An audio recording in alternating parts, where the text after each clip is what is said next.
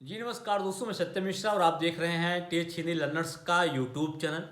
दोस्तों, आप सभी लोग 6 to 8 या 9 to 10 के या 11 to 12 के कट ऑफ को लेके काफ़ी परेशान हैं दोस्तों कि क्या कट ऑफ होगी। जब एग्जाम समाप्त हो जाता है तो सबका दोस्तों एक ही सवाल होता है कि आखिर जो कट ऑफ है वो क्या जाने वाली है, कट ऑफ कितना जा सकता है दोस्तों। ठीक है, तो इसको लेके मैं यहाँ पे चर्चा करने वाला हूँ दोस्तों। सबसे पहले मैं आपको बता दूँ कि अगर आप दोस्तों 65 के ऊपर नंबर पा लिए हैं, ठीक है, 65 से लेके 75 के बीच में अगर आपका नंबर है तो आप दोस्तों अपने आप को समझिए कि आप मेरिट में शामिल हो चुके हैं। अब आपको दोस्तों कोई बाहर नहीं कर सकता है। और अगर 65 से नीचे आ रहे हैं, ठीक है, तब थोड़ा दिक्कत है दोस्तों। यहाँ पे मैं 65 प्लस की बात कर रहा हूँ सिर्फ जनरल कैटेगरी की। ठीक है, जनरल वाले जो हैं अभ्यर्थी अगर 65 प्लस हैं तो वे अच्छा नंबर है दोस्तों, कह सकते हैं कि उनको मेरिट में आने के काफ़ी चांसेस हैं। ठीक है, 65 प्लस।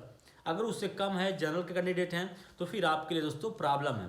और 65 से लेकर 75 के बीच में नंबर है तो आप दोस्तों सेफ हैं। और जो आपका कट ऑफ होता है, कट ऑफ इस चीज़ पे डिपेंड करता है कि उस भर्ती परीक्षा में जैसे आपका 1 to 5 हो या 6 to 8 हो, 9 to 10 या 11 to 12 में, उसमें कितने उम्मीदवारों के द्वारा दोस्तों फॉर्म फिलअप किया गया और कितने बच्चे उस परीक्षा में एग्जैक्ट शामिल हुए, उस पर भी आपका जो कट ऑफ है वो डिपेंड करता है। ठीक है, रही बात दोस्तों, अभी मैं आप बता दूं आज का जो पेपर हुआ है 11 to 12 का, उसकी कट ऑफ की अगर बात करूं तो उसका कट ऑफ जो है बहुत ज़्यादा जाने वाला नहीं है, क्योंकि उस परीक्षा में दोस्तों इतने बच्चों के द्वारा आवेदन ही किया गया था। मात्र एक सीट पर दो आवेदक, कह सकते हैं कि एक सीट पे दो बच्चों की लड़ाई थी।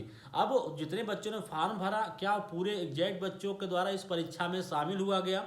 तो अगर देखो जितने फॉर्म फिलअप होते हैं उससे कम बच्चे ही परीक्षा में शामिल होते हैं। वही चीज़ दोस्तों इसमें भी हुआ होगा। और कह सकते हैं कि अब जो फाइट है बहुत ही कम है। इसलिए मैं कहूँगा दोस्तों कि अगर इस परीक्षा में कोई बच्चा सिर्फ शामिल हो गया है और पासिंग मार्क के ऊपर नंबर गेन कर लिया है तो वो सेफ है। उसके लिए कट ऑफ को लेकर बहुत ज़्यादा परेशान होने की ज़रूरत नहीं है दोस्तों। ठीक है, बीपीएससी लगातार दोस्तों आप सभी के लिए काम कर रही है। बीपीएससी चाहे आपका ओएमआर सीट को लेके है, चाहे आपके द्वारा अगर कोई किसी प्रश्न पे आपको आपत्ति दर्ज करानी है, तो सबके लिए दोस्तों अलग अलग दिन नोटिस जारी करके सबको मौका दिया जा रहा है कि अगर आपके द्वारा जो प्रश्न सॉल्व किया गया, अगर उसमें किसी प्रकार की कोई आपत्ति हो तो उसके लिए आप जो है आपत्ति दर्ज करा सकते हैं। ठीक है, और ओएमआर सीट भी दोस्तों अपलोड करना स्टार्ट कर दिया गया है बीपीएससी के द्वारा।